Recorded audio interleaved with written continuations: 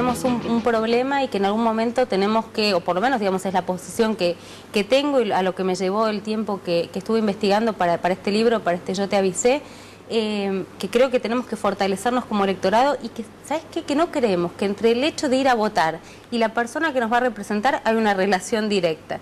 Creemos que, no sé, terminan gobernando los sindicatos, las corporaciones, no importa. Pero me parece que esa mirada tuya está un poco imbuida con una visión negativa de la sociedad argentina, como si fuera una raza inferior frente a otros países que eligen más lúcidamente, ¿no? No sé, ¿sabes que no sé cómo es en otros países? Sí creo que... La gente es igual en todo el mundo. Sí. En el planeta Tierra. Sí. Hace las mismas cosas, sí. Sigue las mismas consignas. Sí. Que en la Argentina vos veas una sociedad que vive perpleja pensando yo voté esto y me gobiernan estos tipos, sí. Creo yo que es por la crisis de legitimidad que está basada en una crisis política institucional del país que lleva muchos años, pero no porque la gente se equivoque o que sea pública o que no sepa qué hacer. La gente más bien es mucho mejor que sus dirigentes. ¿Vos creés que la gente le interesa, sabe y conoce a sus candidatos realmente? Sabe lo que quiere saber. Bueno, ¿y qué quiere saber? No, el público sabe de sus candidatos lo que quiere saber y va y los ejecuta en las urnas cada 2 años. Quiere saber muy poco. No. Y después les reclama lo poco que saben y habiendo investigado muy poquito sobre esos candidatos no se hubiesen sorprendido después. Yo creo que el público no ignora nada de sus candidatos. ¿En serio? Sabe cómo es Alfonsín, sabe cómo es Cristina, y va a las urnas, sabe cómo es Duhalde, y va a las urnas y los mide en las urnas. ¿Los mide en qué sentido? Les pone el voto o no se lo pone.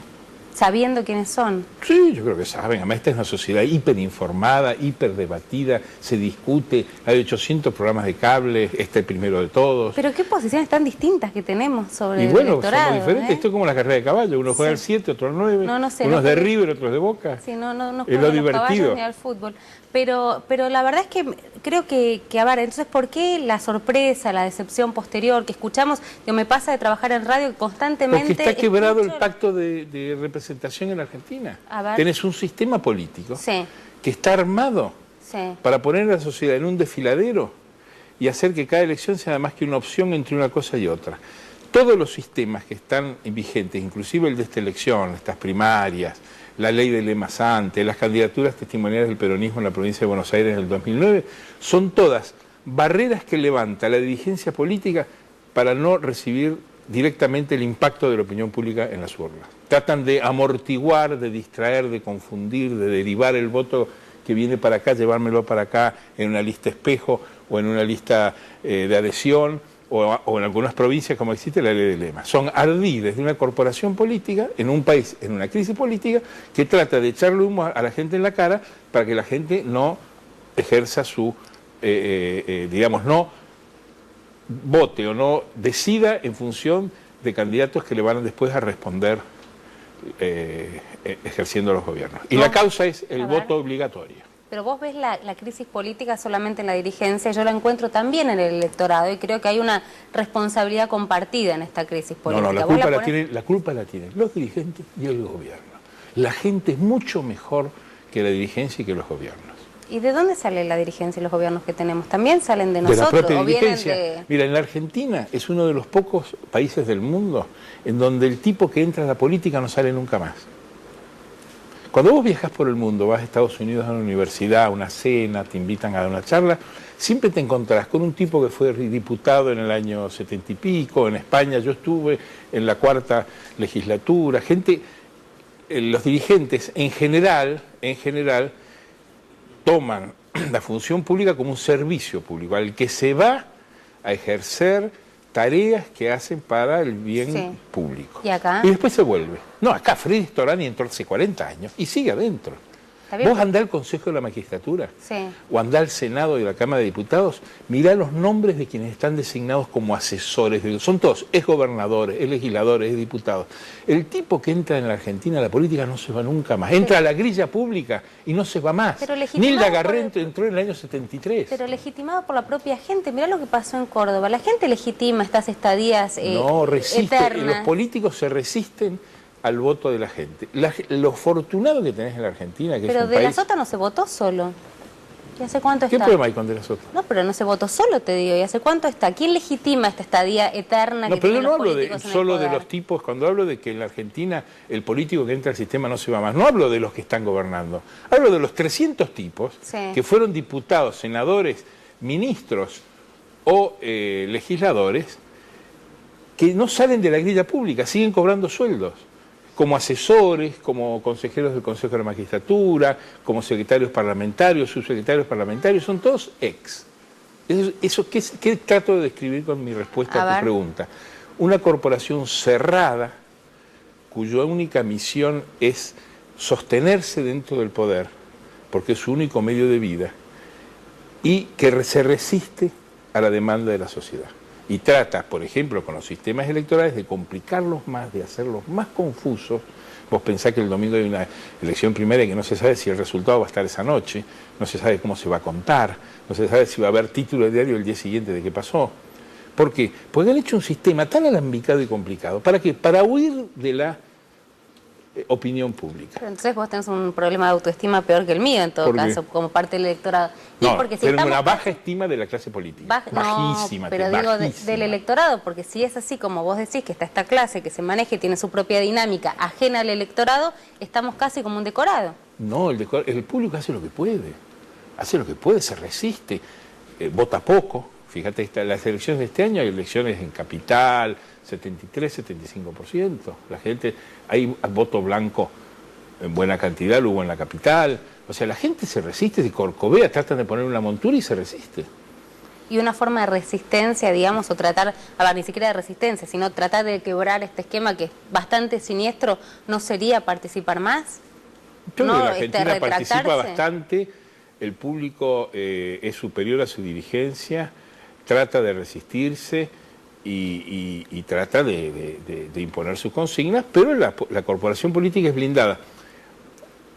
Estamos en una crisis, que es una crisis que no empezó ahora, no empezó con este gobierno, ha empezado hace, creo yo, al final del menemismo. Yo creo que el trauma del debate de la tercera reelección de Menem fue el que disparó todas estas extravagancias. Disparó, por ejemplo, la alianza, que era una cosa macabra en donde se juntaban dos partidos de la oposición, en donde uno ponía, partidos que se habían opuesto históricamente, radicalismo y peronismo, donde uno ponía el presidente y otro el vice. Una locura, un disparate. ¿Por qué? Porque el vice iba a conspirar contra el presidente, lo mismo le pasó a Cristina. Estas cosas macabras que hacen los políticos para tratar de ganar la elección son cosas raras que tratan de sostener a la dirigencia en su lugar, para que no se caigan. Pero a ver, si nos hubiésemos informado, insisto, como electorado, ¿no? Y obviamente no hablo de la gente que no tiene las necesidades básicas cubiertas, sino de quienes realmente de una clase media o medianamente acomodada que tiene acceso a la enorme cantidad de información a la que vos hacías referencia. Uno podría haber sabido que lo de Chacho Álvarez y de la Rúa claramente iba rumbo al fracaso por las historias y por cómo se había conformado esa alianza. Yo voy a esto. Cobos y Cristina se charlaron por primera vez en profundidad 5 minutos antes de dar a conocer la fórmula. Está bien, pero a lo que voy yo es que quizá hay que mirar la política menos desde el ángulo romántico de ver las conductas individuales cómo actúan, sino verlas en función de un sistema. En la Argentina, ¿qué te dice el sistema? El sistema político y los gobiernos son una máquina de producir fracasos. Entonces, el descrédito de la política viene de la sucesión de los fracasos y de los problemas no resueltos que se trasladan siempre a la generación siguiente. Sí. Esa es la causa de la crisis.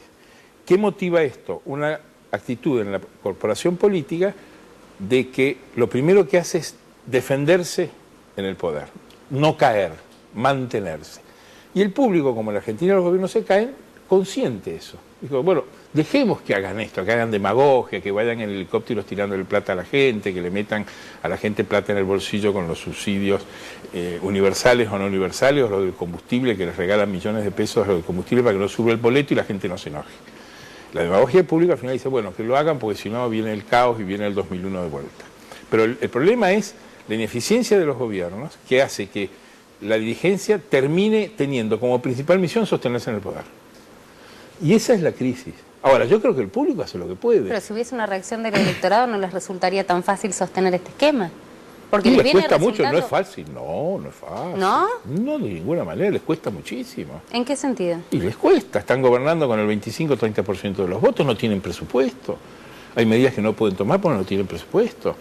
El Congreso no funciona hace 2 años. Pero ese es un problema interno de la política, donde la gente sigue sin participar, o la gente participa en el Congreso. No, participa y pone un Congreso en donde la oposición es mayoría y traba la votación de las leyes, y el gobierno no ha impuesto en 2 años ninguna iniciativa propia. ¿Pero vos crees que la gente conoce a sus diputados, a sus senadores? Sí, ¿probaste salir a la calle y preguntarle quién es el senador o el diputado que está sentado en una banca? Yo creo que no llegan a nombrar a 2 o 3.